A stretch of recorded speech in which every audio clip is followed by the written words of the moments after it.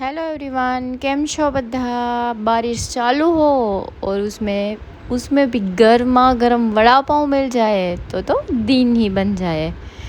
તો આજ આપણે બનાવીશું વડાપાઉં। બિલકુલ ઇઝી છે અને ટાઈમની પણ એવડી કોઈ જ લિમિટ નથી, જલ્દીથી જલ્દી બની જાય છે। અને આ વિડીયોને એન્ડ સુધી જરૂર જોજો અને જો વિડીયો પસંદ આવે તો લાઇક અને શેર કરવાનું બિલકુલ ન ભૂલતા અને નવા હોય તો સબસ્ક્રાઈબ જરૂર કરજો। તો સૌથી પહેલાં આપણે બટેકાને બોઇલ કરી લીધા છે અને એને એકદમ મસ્ત ઠંડા કરી લેવાના છે। ઠંડા થઈ જાય પછી આપણે એનો વઘાર કરી લઈશું, જેમાં મેં ઓઇલ લીધું, રાઈ અને જીરું લીધું અને કડી પત્તા, આદું, મરચાં અને લસણ નાખ્યું છે અને સારી રીતે સાતળી અને એમાં હળદર, મીઠું નાખી અને સારી રીતે મિક્સ કરી લઈશું। જ્યાં સુધી લસણ થોડું બ્રાઉન ના થાય ત્યાં સુધી આપણે એને કૂક થવા દેવાનું છે અને પછી એ કૂક થઈ જાય અને હિંગ પણ થોડી નાખવાની છે અને એ કૂક થઈ જાય પછી આપણા બાફેલા બટેકાને અહીંયા એડ કરી દઈશું। એકદમ મેશ કરી લેવાના છે અને આવી રીતે અહીંયા એડ કરી દેવાના છે અને સારી રીતે બધાને મિક્સ કરી લઈશું। બાકી બીજું કાંઈ જ નાખવાનું નથી, બસ આટલું જ નાખવાનું છે અને જલ્દીથી જલ્દી બની જાય છે માવો। અને સારી રીતે મિક્સ કરી અને પછી ઉપર ધનિયાથી ગાર્નિશ કરી દઈશું।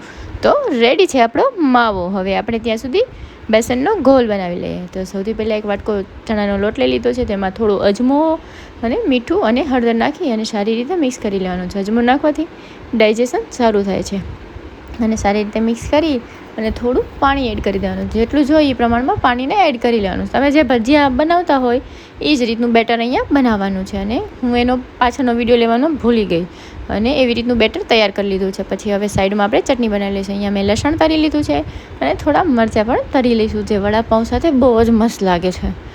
અને મરચાં તળાઈ જાય પછી આપણે આપણા જે ગોળ બેટર હતું ભજીયાનું એમાંથી આપણે આવી મમરી પાડી નાખીશું। તમે લોકો શું કહો છો એ મને કહેજો, અમે તો મમરી ગઈ આને।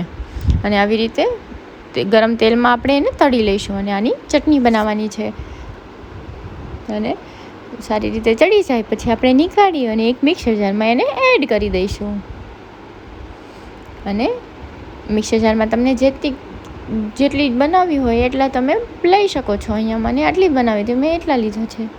સોરી હા, મારે કાંઈ બોલવામાં કંઈ સમજ જ નથી। અને પછી થોડું મીઠું અને મરચું નાખી અને એક સારી રીતે ક્રશ કરી અને આવી રીતની એને બનાવી લઈશું ચટણીને। અને પછી અહીંયા આપણે જે આપણો માવો હતો એને આપણે આવા બોલ્સ વાળી લઈશું અને આવી રીતના મોટા મોટા થોડા બોલ્સ વાળવાના છે, જે વડાપાઉંમાં બહુ જ મસ્ત એનું વડું લાગે એના માટે થઈ। હવે આ ચણાના લોટનું જે બેટર છે એમાં આપણે ડીપ કરી અને ફ્રાય કરી લેવાના છે।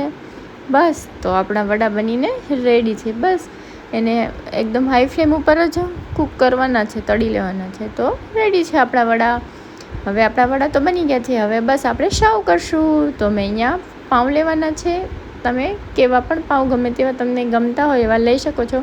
મેં અહીંયા આવા રીતના પાઉં લીધા છે નાના નાના અને હવે આપણે એમાં ગ્રીન ચટણીને સ્પ્રેડ કરશું। પછી ઉપરથી જે આ લસણવાળી હતી એ ચટણીને અહીંયા એડ કરી દઈશું અને ઉપરથી મસ્ત મજાનું વડું મૂકી દઈશું અને આપણા વડાપાઉં બનીને રેડી છે। વિડીયો પસંદ આવે તો લાઇક અને શેર કરવાનું બિલકુલ ન ભૂલતા। હર હર મહાદેવ।